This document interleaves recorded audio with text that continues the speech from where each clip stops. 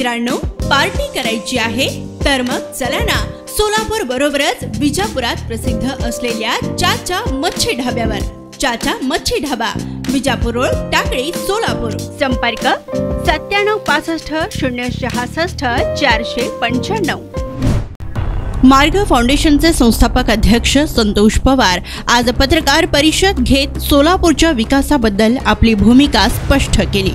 लढा सोलापूरच्या विकासासाठी या मोहिमेअंतर्गत सोलापूरच्या विविध सामाजिक राजकीय प्रश्न, रखडलेली विकास कामे, स्मार्ट सिटीची अर्धवट कामे, परिवहन व्यवस्था, विमानसेवा, हद्दवाढ भागाच्या विकासांकडे दुर्लक्ष, औद्योगिक वसाहतीकडे झालेले दुर्लक्ष व मंजूर झालेले मोठे प्रकल्प दुसऱ्या जिल्ह्यात नेण्याचे प्रकार, हक्काच्या उजनी धरणाच्या पाण्याची चोरी, भ्रष्टाचार, वाढती बेरोजगारी, गुन्हेगारी, अवैध धंदे यांसारख्या सोलापूरच्या विकासाला बाधा आणणाऱ्या गोष्टींबाबत संपूर्ण शहरात दिनांक 4 जानेवारी ते 25 जानेवारी 2024 पर्यंत सायकल रॅली, सह्यांची मोहीम, कॉर्नर बैठक, लक्षवेधी आंदोलन करून लोकप्रतिनिधींना याचा जाब विचारून 6 मार्च रोजी थेट महापालिकेवर मोर्चा काढणार असल्याची माहिती आज पत्रकार परिषदेत मार्ग फाउंडेशनचे संस्थापक अध्यक्ष संतोष पवार यांनी स्पष्ट केली.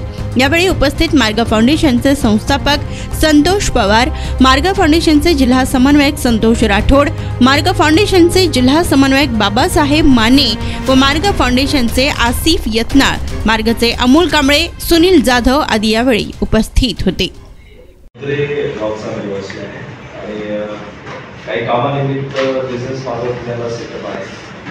बिझनेस करत असताना आपल्या मनामध्ये नेहमी जागा माझी राहिली किंवा आपण समाजाचं काही मार्ग फाउंडेशनच्या माध्यमातून समाजाचे काही काम करता येईल का, तर त्याच्या माध्यमातून पूर्ण महाराष्ट्रामध्ये आपण काम करतो आणि महाराष्ट्रामध्ये फोकसली आपण सोलापूर जिल्हा केला, कारण माझं होमटाऊन आहे. होमटाऊन असल्यामुळे आपण सोलापूर जिल्हा जास्त फोकस केला.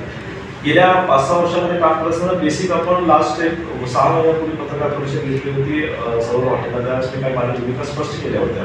त्याच्यामध्ये आम्ही आपलं पूर्ण जिल्ह्याभर फिरत असताना सोलापूरच्या विकासासंदर्भात, सोलापूरचा विकास कशा गोष्टीमुळे राहिलेला आहे त्या गोष्टी काही निदर्शनात आल्या. निदर्शनात आल्यानंतर मार्ग फाउंडेशनच्या टीममध्ये अंदाजे 1000पेक्षा जास्त कार्यकर्ते आता आहेत. पण तो जो आता सोलापूरच्या ज्या समस्या आहेत ते हजारो कार्यकर्त्यांकडून सुटण्यासारख्या नाही आहेत. ज्या सोलापूरच्या समस्या आहेत ते सोलापूरच्या समस्या हे सोलापूरकरांनीच एक लढा म्हणून उभा राहावा आणि त्याच्यानंतर काय काय समस्या आहेत जे आमच्या नजरात आलेल्या आहेत, जेणेकरून सोलापूरचा विकास होईल. त्यासाठी आपण सोलापूरकरांचा लढा सोलापूरचा लढा एक आपण एक नवीन उपक्रम 63 दिवसाचा राबवतोय. त्याच्यामध्ये बेसिक्स माझ्या निदर्शनात आलेल्या काही गोष्टी अशा आहेत ज्याच्यामध्ये सोलापूर शहर जिल्ह्यातील कोणतेच मोठे उद्योग प्रकल्प आल्यामुळे रोजगाराची मोठ्या प्रमाणात राहतात. म्हणजे पुण्यात मी राहत असल्यामुळे पुण्यामध्ये बरेचसे सोलापूरची पोरं मला तिथे भेटतात आणि मग त्यावेळेस पुण्यात तुमचे कोरोना विचारत असतो तेव्हा तुम्ही सोलापूर सोडून पुण्यात काय केलं, मग त्या ज्या समस्या माझ्यासमोर आल्या तो एक प्रश्न आहे, ते तुम्हाला मी सांगितलं. दुसरा आहे सोलापूर जिल्ह्यातील प्रकल्पांची पळवापळी. ते तुम्हाला माहितच आहे का, तुम्ही स्वतःच्या गोष्टीवर माझ्यापेक्षा जास्त नॉलेज आणि माझ्यापेक्षा जास्त अनुभव तुम्हाला आहे. त्या एक गोष्टीवर आपल्याला बोलायचं आहे. टेक्स्टाईल उद्योगाच्या बाबतीत ते तुम्ही सापडलेलं होतं, तुम्हाला माझ्यापेक्षा जास्त नॉलेज आहे, मी पण त्या गोष्टी ते बोलायचं आहे. पारंपरिक असलेल्या सोलापुरातल्या काही उद्योग गेल्या 20 वर्षापासून स्टेप बाय स्टेप कसे बंद पडलेले आहेत. ठीक आहे, उजनी धरणाचा पाण्याचा प्रश्न सगळ्यात महत्त्वाचा. काल कारखान्याच्या सामाजिक छोट्याशा कार्यकर्त्यांनी शासनाला ब्रिटिश धरून पाणी आणण्यासाठी आणि त्याचं श्रेय कोण घेतात हे तुम्हालाही माहिती आहे. तो एक प्रश्न आहे. गेल्या 28 वर्षापासून हद्दवाढ भागातील प्रश्न हे जे माझ्यासमोर आले आहेत, हद्दवाढ भागातील बरेचसे प्रश्न आहेत. ते डेव्हलपमेंट, शाळा असतील, रोड्स असतील, ते एक प्रश्न खूप महत्त्वाचा आहे. त्याच्यानंतर आयुष्यभराची चिमणी पाठी केली त्या विमानाच्या प्रश्नावरून आता आपल्या जे सामाजिक संस्था आहेत ते काय करतात ते आणि त्याचे पुढचे प्लॅनिंग आहे ते एक प्रश्न आहे. असे बरेच प्रश्न आहेत. त्याच्यामध्ये सोलापूर जिल्ह्याच्या स्थानिक बऱ्याच गोष्टी समस्याच्या सोलापूरच्या भागात अशा बऱ्याच गोष्टी आहेत. तर यासाठी आपण एक 63 दिवसाचा उपक्रम राबवतोय की ज्याच्यामध्ये मार्ग फाउंडेशन, शाळा, कॉलेजेस, सामाजिक संस्था, इतर फाउंडेशन्स असतील यांना सगळ्यांना एकत्र करून लढा सोलापूरकरांचा आपण एक मोठा व्यापक पद्धतीने आपण एक उपक्रम राबवतोय. त्यात तुमची सगळ्यांची मला गरज आहे म्हणून आपला हा प्रेस कॉन्फरन्स आपण घेतो.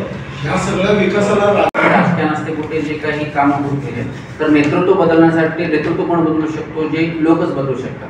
तर त्या लोकांना जनजागृती करण्यासाठी, जसं तुम्ही विमानाचा विषय म्हणाला किंवा बाकीचे जातवाड भागातले जे विषय आहेत त्या विषयाबाबतीत लोकांपर्यंत जोपर्यंत तो विषय कळत नाही की कोणासाठी कोणामुळे हे अडत आहेत किंवा कोणाच्या आपण काय म्हणतो बेजबाबदारी म्हणजे जे नेतृत्व आहेत ते जे लोकप्रतिनिधी आहेत त्यांच्या बेजबाबदारीमुळे किंवा त्यांच्या नसतेपोटी काम होत देते ह्याची आम्ही जनजागृती लोकांमध्ये करण्याचा प्रयत्न करतोय.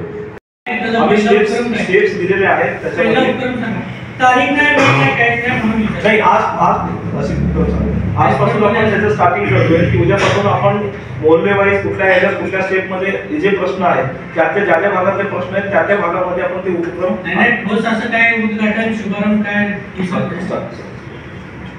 तर जसं साहेबांनी विचारलं की राजकीय अनास्थेचा जो प्रश्न विचारला तर आम्हाला असं वाटतंय की हे जे राजकीय नेतृत्व सध्या कोल्हापूरातले जे आहे ते बदलण्यासाठी एक तेच मुद्दे घेऊन आपण लोकांना निवडून देतो.